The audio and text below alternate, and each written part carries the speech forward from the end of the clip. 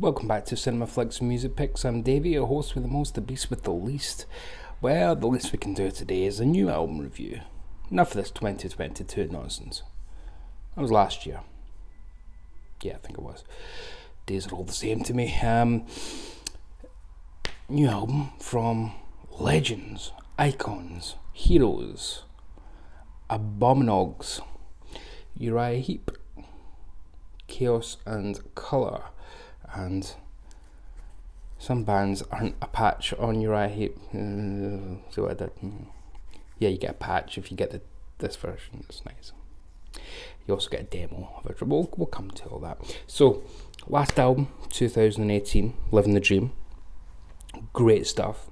Fantastic. They've been on a real run.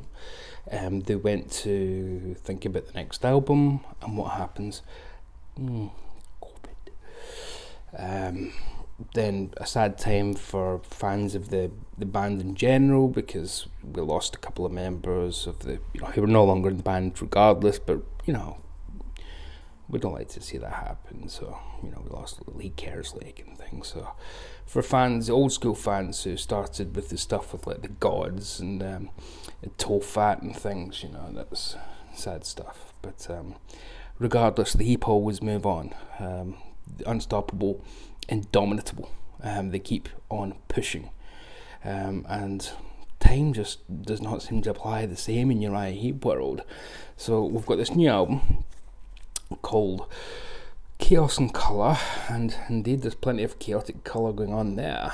It looks more like a Scorpions cover with the guy's head, but yeah, it's quite a cacophony of colour, and the usual kind of thing in your booklet for these things. You get pictures of the band, the lyrics.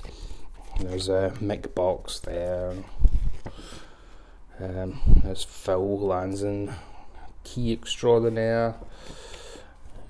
There's Bernie Shaw, lead vocalist extraordinaire. You can just say extraordinaire about everybody in his band. So etc. etc. It just goes on like that. So not much. It's lovely, but I don't need to take up 5 minutes just looking at that. We can talk about the music. So once again, they're produced by Jay Rustin, who produced the last record. He also produces like Anthrax and things. Save Me Tonight, the first track that we all heard from, is indeed the lead off for this. And so I don't need to dedicate too much time to each of these individual tracks, but that one we all knew, it's going to be fine then. If this is the lead single, this is going to be good. Already a rocker straight away, you can tell from the second it hits in. The moments after the big chorus, the chorus comes in, are even more furious. It's kind of strange. Like after the chorus, it becomes even more frantic than the chorus itself. It's kind of strange. And I love the call and response of the chorus, I want it, I need it, I want it, all that stuff. It's great, it's so fun, and it's really kind of infectious. Good old hard rock. And then the classic Heep sounds of having organ solo into guitar solo with great harmonies on top, just melding together and jumping all over each other. It's fantastic. Phil Lanzon and Mick Box have just not lost a beat. It was written by, or written by Jeff Scott Soto. Stunning stuff. Silver Sunlight, which is track 2, bit more of a mid-tempo-y one, bit broodier. Bernie's voice might be the best it is on the album, though. It could easily be kind of drowned out with the denser sounds that Heep go for with the guitar and keys, and everything's very heavy. It could be drowned out, or you could have to just turn him up in the mix. But his voice is just so powerful; it pierces through like a dagger. Fantastic on that. Hail the Sunrise is track 3, and that's an old-fashioned kind of British rock song, because it's all about paganism and druids and stone circles, and the things that you could only get from a British rock band. The Spinal Tap would parody. Nice simple riff, but with plenty of punch there. Chorus stuff. Phil's keys are insane on it at times, just absolutely insane, even by his high standards. We get to track 4, which is Age of Changes. Yeah, just make sure that is track 4. Age of Changes. That is built more on the harmonies of the actual track itself, which is quite different. It's not built more on the riff.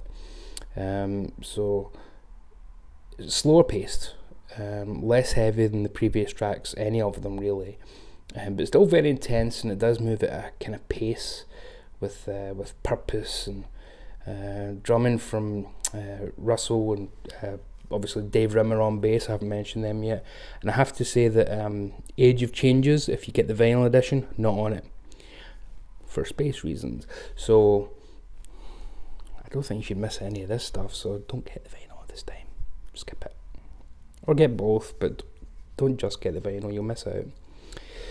So Age of Changes is fantastic, old school, kind of pompous British rock, hard rock, which I love. Hurricane, they released that again the other day as a single, just as if to say, hey, the album's out this week, and do you want another little sneak peek? And boy, rock me like a hurricane indeed. It's the perfect track to kind of get you pumped for the album coming out in a few days. Mick, there's insane riffing on it, so infectious. Mick plays just terrifically through. So we all heard it this week, there's no point going through it. I think that would have been the single back in the day, if we were still in that era. That's delightful stuff, Hurricane. One Nation, One Sun. There's 3 tracks on this, no less than 3, that are 8-minute epics, or 8-ish.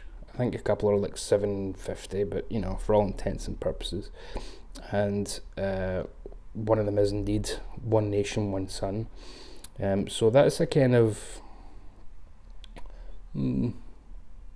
change of pace, I guess you'd call it. It's a ballad with piano, so rather than get the organ and key sound and whatnot, it's using piano for the first time on the album.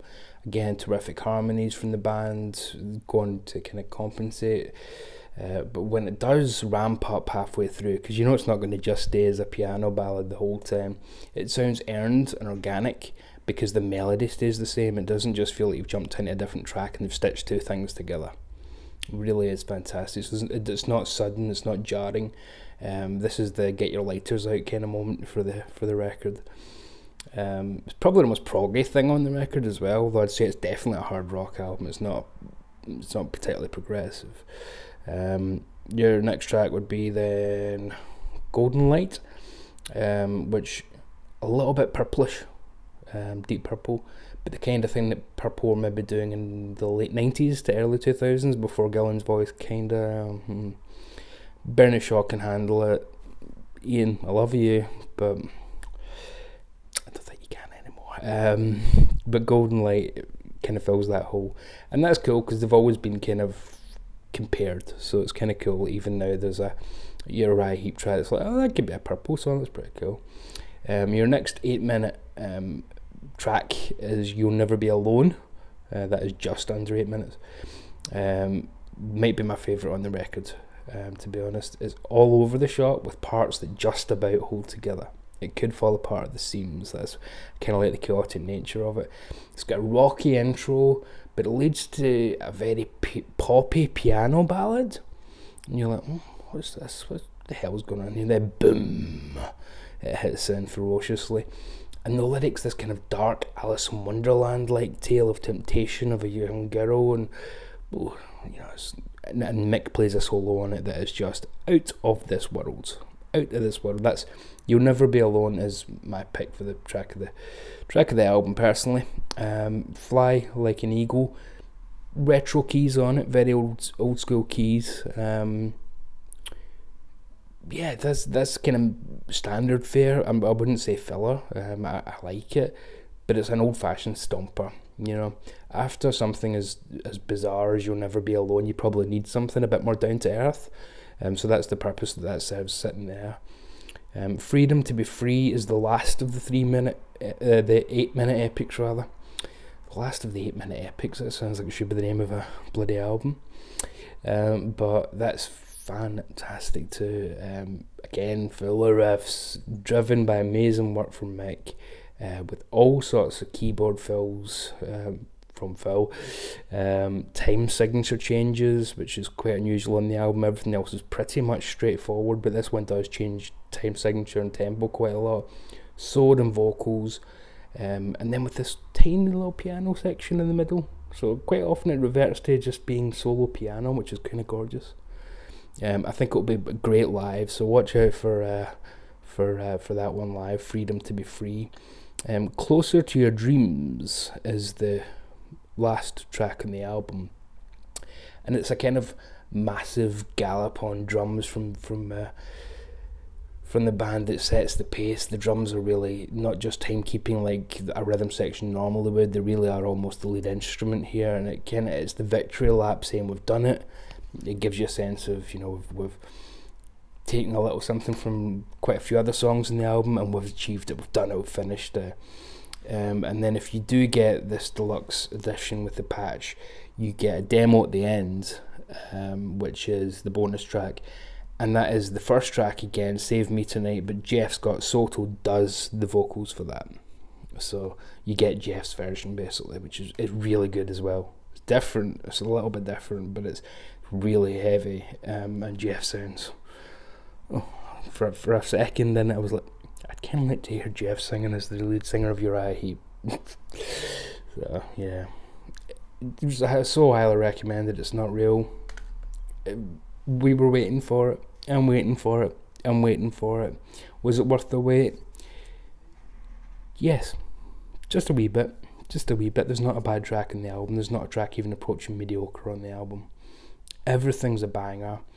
Everything is as good as can be for what it's trying to do, for what each individual track is aiming for. It achieves perfectly.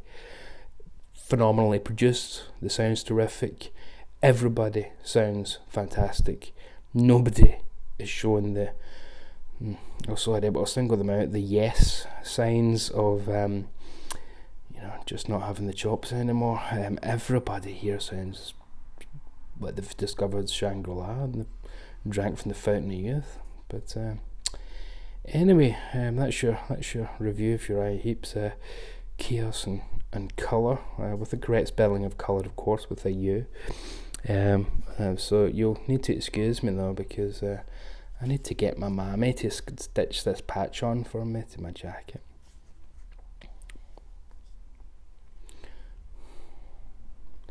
Stay very safe out there, and love and mercy.